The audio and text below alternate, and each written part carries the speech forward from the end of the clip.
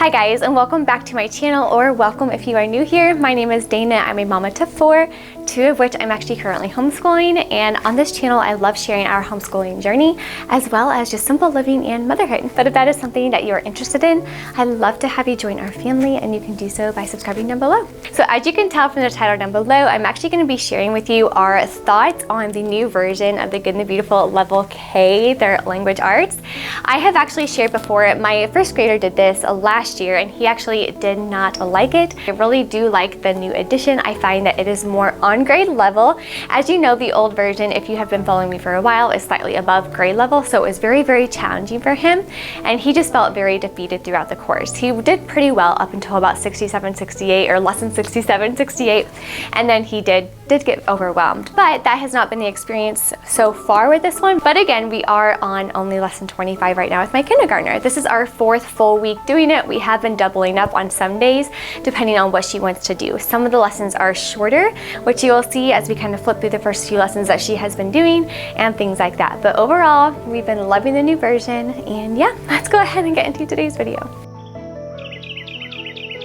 So this is the actual Language Arts and Literature Level K course book. This is what we actually do for the actual meat of the course. And it is very similar to the old one in the way that it is very literature based and lots of arts and everything like that.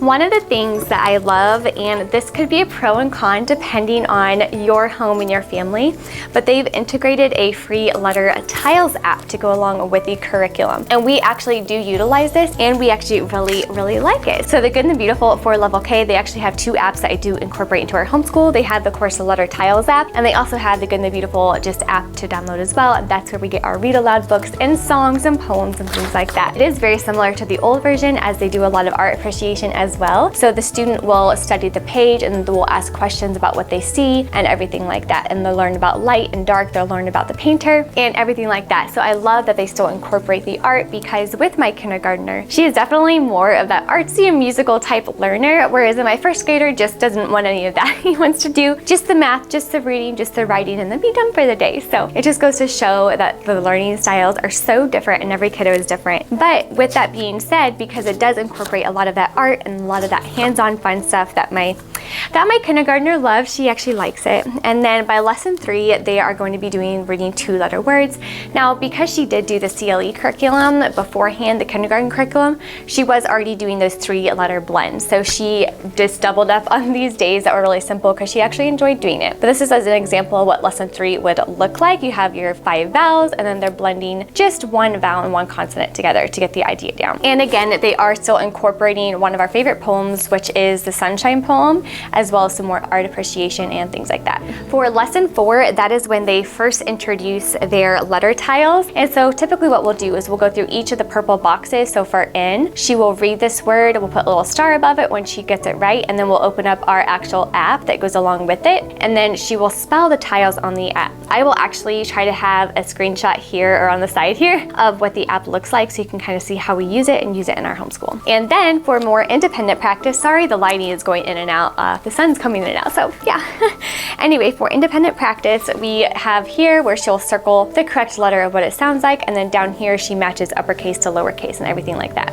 And then again, very similar to the old version, you also do have some handwriting practice, so uppercase and lowercase, teaches you how to hold the pencil correctly, so very similar to the old edition, however it is more on grade level. So for this one, this is another example of how we would use the app, the Good and the Beautiful app going along with this, is you go onto the app and you actually listen to the audio narration. So you listen to someone actually describing the picture, and the person on the audio will say, okay, where's the darkest part of the water? Where's the lightest part of the water? Where's the lightest part of the sky? And another question that they had on this one was, do you see the church steeple? And so you point to the little steeple and everything like that. Again, they're teaching that love of art, and it's just really fun, and she loves it.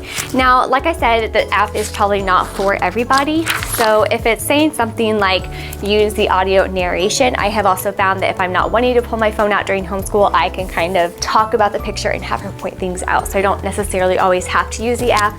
The app's not a necessity. I have found found so far anyway. But again, that's so far.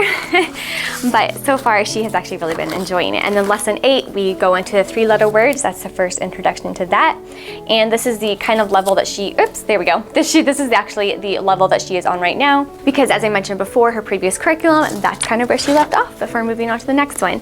And then the fun artsy things that she actually loves doing, but my son not so much, and that is the cutting apart the little vowels, and then she glued them to where they go. So she did that and loves that activity and things like that. But they're really fun. And then here was another fun one where they kind of had to read the words and then color the words if they are in the picture. So for this one, a dog is in the picture and the little girl has lips. So dogs and lips are in that picture right there.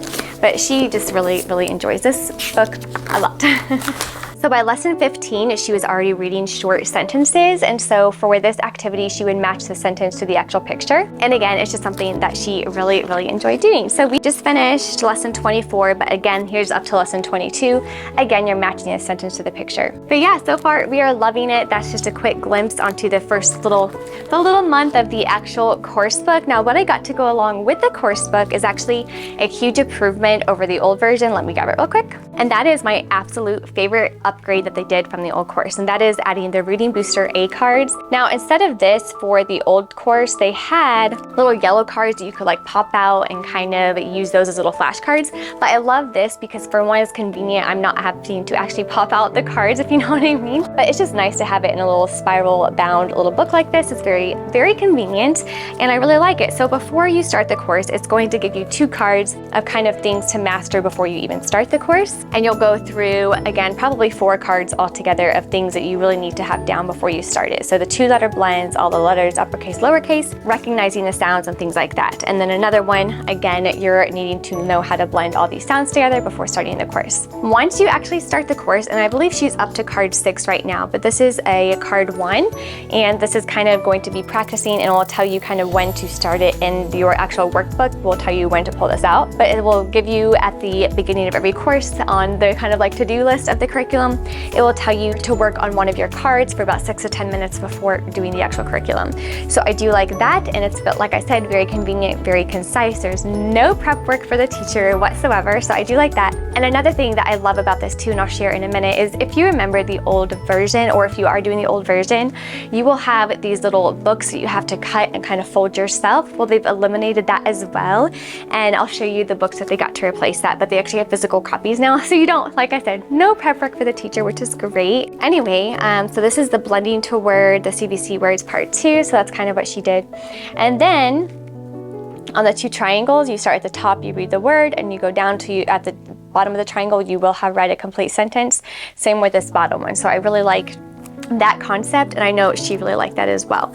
So that is how we are using these. We do this before opening the actual workbook every single morning so far. So these are the Reading Booster A books. So these ones right here, and this is what I said is another huge improvement, because like I said, that old version had the actual books where instead of having a little box like this, you actually had to cut them and fold them and things like that. So to replace them, there's actually quite a few in here. As you can tell, they have these. They actually have the physical copy, and I love them. They are amazing, very convenient. And I've always liked the Good and the Beautiful's illustrations. I think they're beautiful. I do have like all of the Bob books and everything, and these are just a lot of fun, so much more fun. But again, I think the Bob books are very effective as well, but it just depends. These are very according to grade level, or they are at grade level, I should say. They are just very, very simple, and like I said, at grade level. And as you can tell, the illustrations, like all of their books, are just very, very pretty, but I love these, and I know my kindergartner does too, which is always a win. Okay, so one of my other favorite things, and I feel like every component of this curriculum so far has kind of made its way into being my favorite, but I love this. This is my first nature reader.